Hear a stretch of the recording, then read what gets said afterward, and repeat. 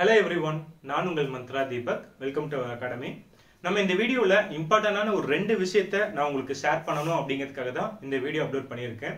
என்ன அப்படின்னா first one, நான் கவர்மெண்ட் ஜாப் வாங்கினது எப்படி என்னோட எக்ஸ்பீரியன்ஸை நான் உங்களுக்கு ஷேர் பண்றதும், அண்ட் செகண்ட் ஒன், நெக்ஸ்ட் வரப்போற எக்ஸாம் குரூப் 1, 2, 4 எந்த எக்ஸாம் வந்தாலும் அதுக்கு நான் எப்படி படிச்சிருக்கேன் அண்ட் நீங்க எப்படி படிச்சீங்கன்னா அந்த ஒரு ஃபெயிலியர் இல்லாம எப்படி கிளியர் பண்ணலாம் உங்களுக்கான ஒரு ஸ்டடி பிளானும் இந்த வீடியோல நான் கம்ப்ளீட்டா உங்களுக்கு ஷேர் பண்ண போறேன். ஓகே, ஸோ ரொம்ப ரொம்ப இம்பார்ட்டன்ட் என்ன அப்படின்னா இதுக்கான சில சுச்சுவேஷனை நீங்க கிரியேட் பண்ணிக்கணும். ஓகே, நெக்ஸ்ட் வரப்போற எக்ஸாமுக்கான சில சுச்சுவேஷன்லாம் கிரியேட் பண்ணணும். அது என்ன அப்படிங்கிறது, எந்த சப்ஜெக்ட்டுக்கெல்லாம் வெயிட்டேஜ் எல்லாம் கொடுக்கணும், எந்த சப்ஜெக்ட்டுக்கு ஃபர்ஸ்ட் வெயிட்டேஜ் கொடுக்கணும், எதெல்லாம் எப்படி படிக்கணும், and most important previous year கொஸ்டின்ஸை படிக்கிறது எப்படி, அண்ட் தென் நீங்க வந்து படிக்கிற மெத்தடை டெஸ்ட் அட்டன் பண்ற மெத்தட்லாம் எப்படி வந்து சேஞ்சஸ் பண்ணணும் அப்படிங்கிற கம்ப்ளீட் ஒரு ஷேரிங் தான் நமக்கு இந்த வீடியோல இருக்க போகுது. ஓகே, ஸோ வாங்க வீடியோக்குள்ள போகலாம்.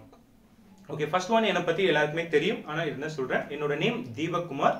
ஸோ மந்த்ரா தீபக் அகாடமி அப்படிங்கிறது என்ன அப்படின்னா என்னோட பர்சனல் ஆஃப் இதுல வந்து பாத்தீங்கன்னா மந்த்ரா தீபக் வந்து நிறைய ஸ்டூடெண்ட்டுக்கு நிறைய பேருக்கு வந்து கவர்மெண்ட் ஜாப் வாங்கணும் அப்படிங்கிறதுக்காக Mantra Deepak YouTube channel and Mantra Deepak அகாடமிங்கிற பிளே ஸ்டோர்ல வந்து என்னோட ஆப் இருக்கு. ஸோ நிறைய லாங்குவேஜ் கிளாஸஸ், நிறைய சப்ஜெக்ட் எல்லாமே அதில் நான் கொடுத்துட்டு இருக்கேன். ஓகே, கம்மியான காஸ்ட்ல எனக்கு என்ன அப்படின்னா நீங்க கவர்மெண்ட் ஜாப் வாங்கணும் அப்படிங்கிறது தான் என்னோட மோட்டிவ். ஓகே, அதுக்குன்னு ஒரு சம் ஆஃப் இதுல வச்சு தான் நான் வந்து இப்ப பிரசென்ட்டா உங்களுக்கு எல்லாத்துக்குமே கொடுத்துட்டு இருக்கேன். அண்ட் தென் என்னோட நேட்டிவ் ஈரோடு, நான் ஒர்க்கிங் இன் இப்ப டிபார்ட்மெண்ட்ல நான் ஈரோட்ல தான் நான் ஒர்க் பண்ணிட்டு இருக்கேன். ஓகே, ஸோ அண்ட் தென் சென்னையில 2015ல தான் என்னோட ஃபர்ஸ்ட் நான் கரியரை ஸ்டார்ட் பண்ணது. யூபிஎஸ்சிக்காக என்னோட 2015ல நான் சென்னையோட டாப் அகாடமியில தான் நான் படிச்சது எல்லாமே. என்னோட ஆப்ஷனல் ஜியோகிராஃபி.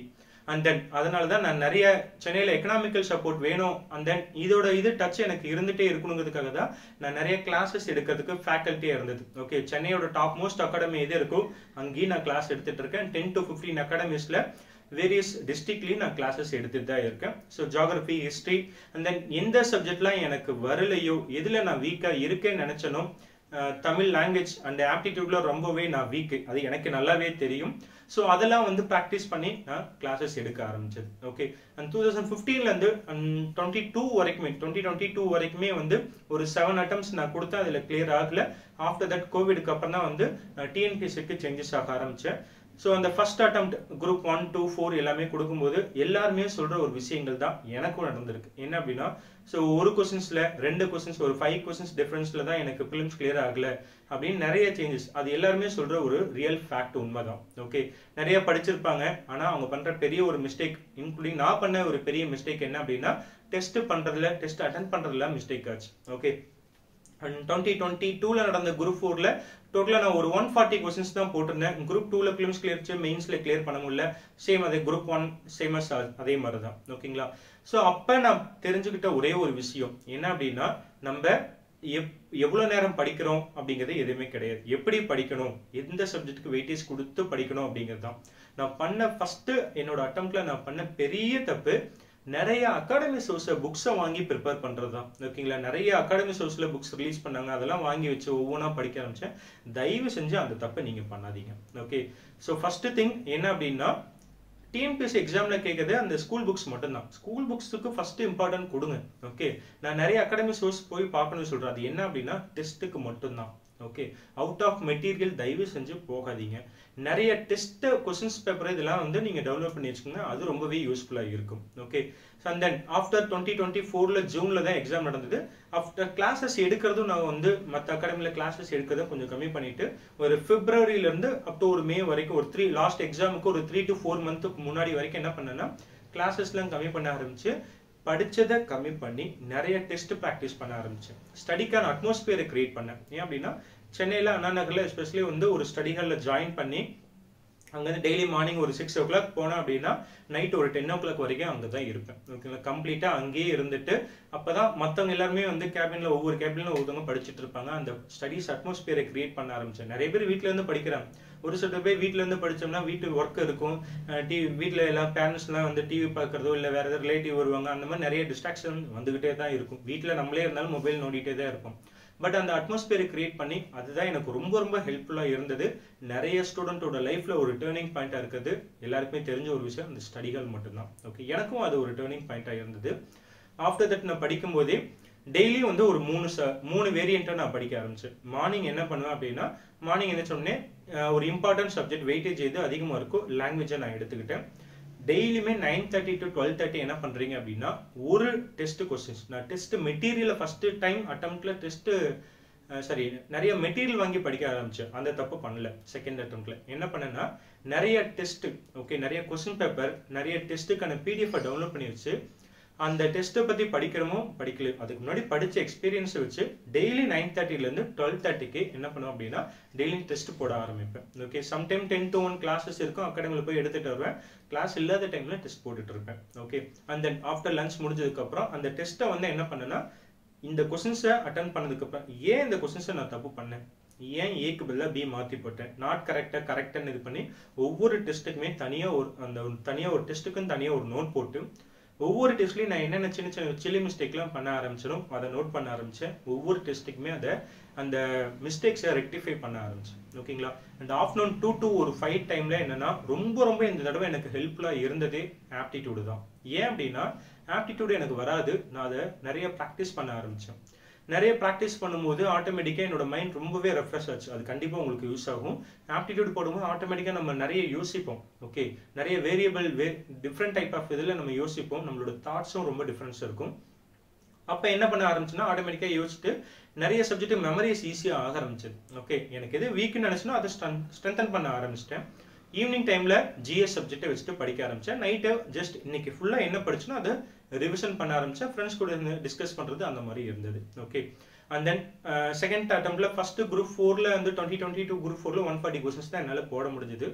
இப்போ 170 கொஸ்டின்ஸ், லாங்குவேஜில் 91, இதில் ஒரு 20, அண்ட் ஜிஎஸ்ல வந்து பார்த்தீங்கன்னா அரௌண்ட் ஒரு 59 கொஸ்டின்ஸ் சம்திங் நான் அதில் போட்டிருக்கேன். ஓகேங்களா, ஸோ டோட்டலாக 170 கொஸ்டின்ஸ்.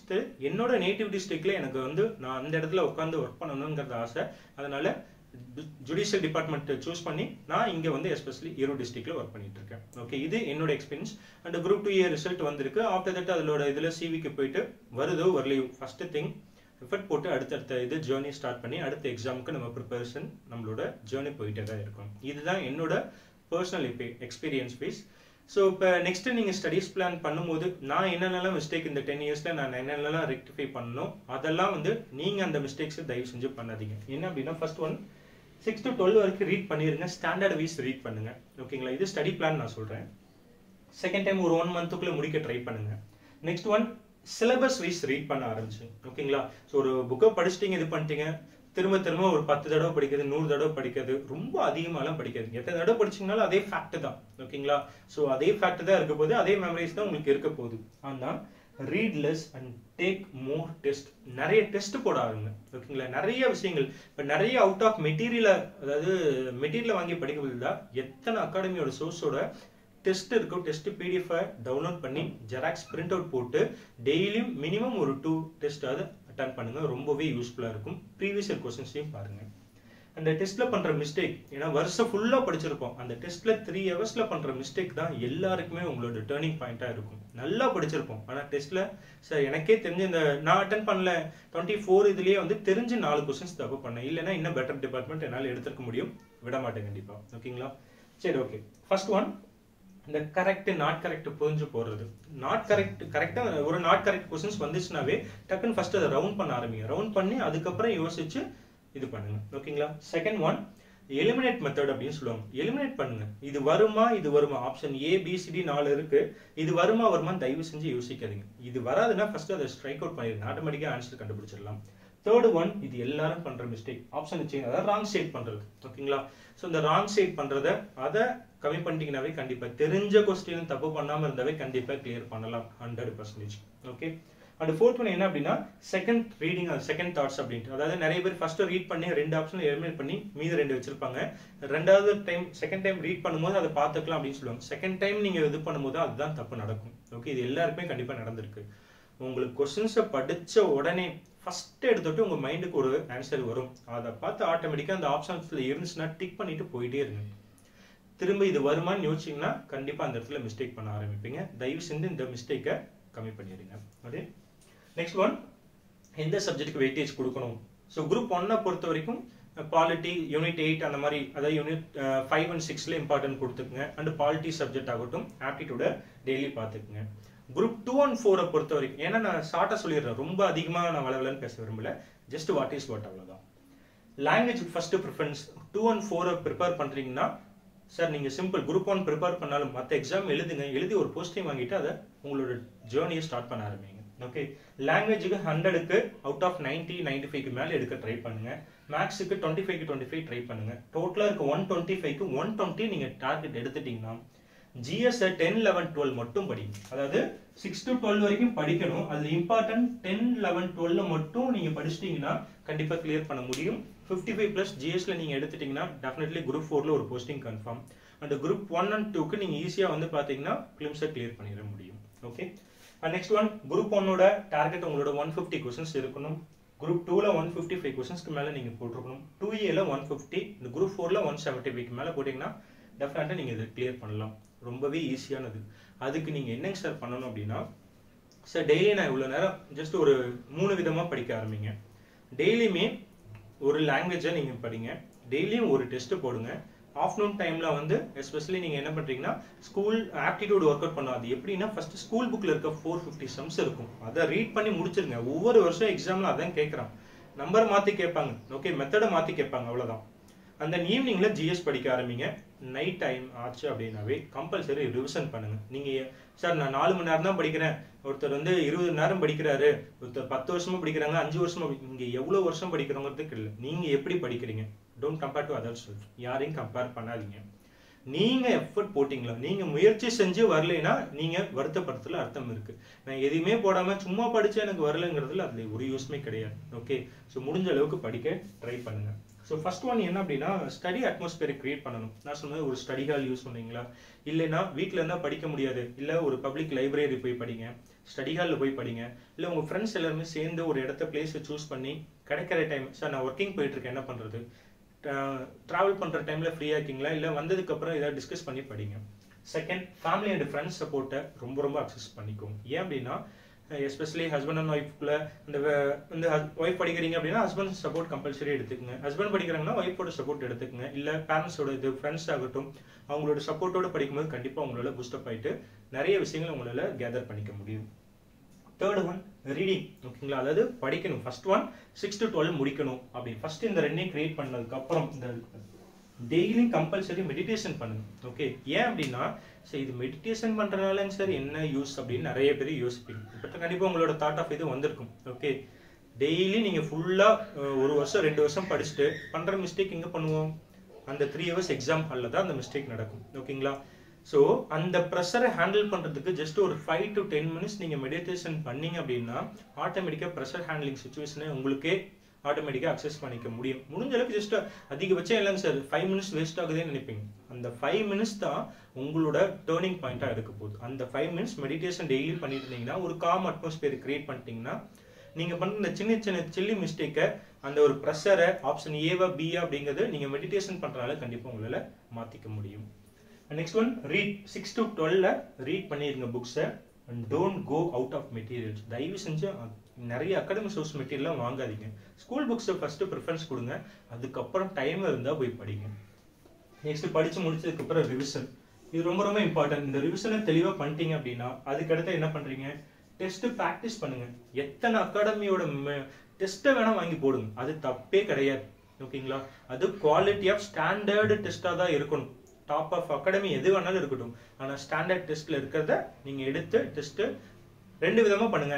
டெய்லி மார்னிங்ல டிஎன்பிசி ஹாலில் உட்காந்து டெஸ்ட் போடுற மாதிரி போடுங்க. அண்ட் ஈவினிங் டைம்ல கொஸ்டின் என்ன ஆன்சர் என்ன, கொஸ்டின் என்ன ஆன்சர் என்ன, அந்த மாதிரி பார்த்துக்கோங்க. அண்ட் ப்ரீவியஸ் இயர் கொஸ்டின்ஸ் இது ரொம்ப இம்பார்ட்டன்ட். ஏன் அப்படின்னா ப்ரீவியஸ் இயர் கொஸ்டின்ஸ் எப்படி கேட்கறாங்கன்னு பாருங்க. ஆன்சர் கொஸ்டின்ஸ் பார்த்துட்டு ஏன் இப்படி இந்த 4 ஆப்ஷன்ஸ் கொடுக்குறாங்க, எப்படி இந்த 4 ஆப்ஷன்ஸ் வருது, அதில் ஆன்சர் எப்படி சூஸ் பண்றாங்க. Okay, 1 only 2 only 3 only all the above அப்படின்னா அதுக்கு எப்படிலாம் ஆன்சர்லாம் சூஸ் பண்றாங்க. ஏன்னா டிஎன்பிசி பொறுத்த வரைக்கும் ஆப்ஷனை சூஸ் பண்ணிட்டு தான் கொஸ்டினே ஃப்ரேம் பண்ணுவோம். அந்த மாதிரி சில இதெல்லாம் இருக்கு, அதை கண்டுபிடிங்க, ஈஸியாக கிளியர் பண்ணலாம். நெக்ஸ்ட் ஒன், உங்க ஃப்ரெண்ட்ஸோட டிஸ்கஷன் பண்ணுங்க. கண்டிப்பா டெய்லியும் டிஸ்கஸ் பண்ணீங்க. நீங்க படிச்சு முடிச்சதை உங்க ஃப்ரெண்ட்ஸ்கிட்ட கொடுத்து, இப்போ 10th ஸ்டாண்டர்ட் ஜியாகிரபியில் ஃபர்ஸ்ட் லெசன்ல இருந்து கொஸ்டின்ஸ் கேள்வி ஒரு கான்கால் போட்டு பேசுங்க, இல்லை நேரில் போய் பேசுங்க. சம்திங் ஏதாவது ஒன்று டிஸ்கஸ் பண்ணுங்க, கண்டிப்பா அதுவும் உங்களுக்கு முடியும். ஓகே, ஸோ முடிஞ்ச அளவுக்கு எதெல்லாம் பண்ணணும் எதெல்லாம் பண்ணக்கூடாதுன்னு சொல்லியிருப்பேன். அதனால ரொம்ப அதிகமா ஓவர் திங்கிங் பண்ணாதீங்க. டெஸ்ட் நிறைய போடுங்க, கம்மியா படிங்க, டெஸ்ட் நிறைய போடுங்க, கண்டிப்பா உங்களால சக்சஸ் பண்ண முடியும். கண்டிப்பா என்னோட சப்போர்ட்டும் உங்களுக்கு கண்டிப்பா இருக்கும். ஓகே, டெஃபினெட்லி அடுத்தடுத்த வரப்போற எக்ஸாமுக்கு நம்ம கிளியர் பண்ணி நம்மளோட போஸ்டிங்கை அச்சீவ் பண்ணுவோம். தைரியமா அட்டன் பண்ணுங்க. நான் உங்க கூட எப்பவுமே துணை இருப்பேன். Okay, so all the best. சூப்பரா பண்ணுங்க. Thank you so much. And most important, படிக்கிறத மட்டும் விட்டுறாதீங்க. நிறைய பேர்த்துக்கு படிக்க கூட நீங்க, அதாவது நிறைய பேருக்கு படிக்கிறதுக்கு ஹெல்ப் பண்ணுங்க. அண்ட் உங்களாலையும் நீங்க சக்சஸ் பண்ண முடியும்னு உங்களை நீங்க நம்புங்க. கண்டிப்பா அது உங்களால முடியும். Okay, believe your self. And all the best. சூப்பரா பண்ணுங்க. Thank you so much.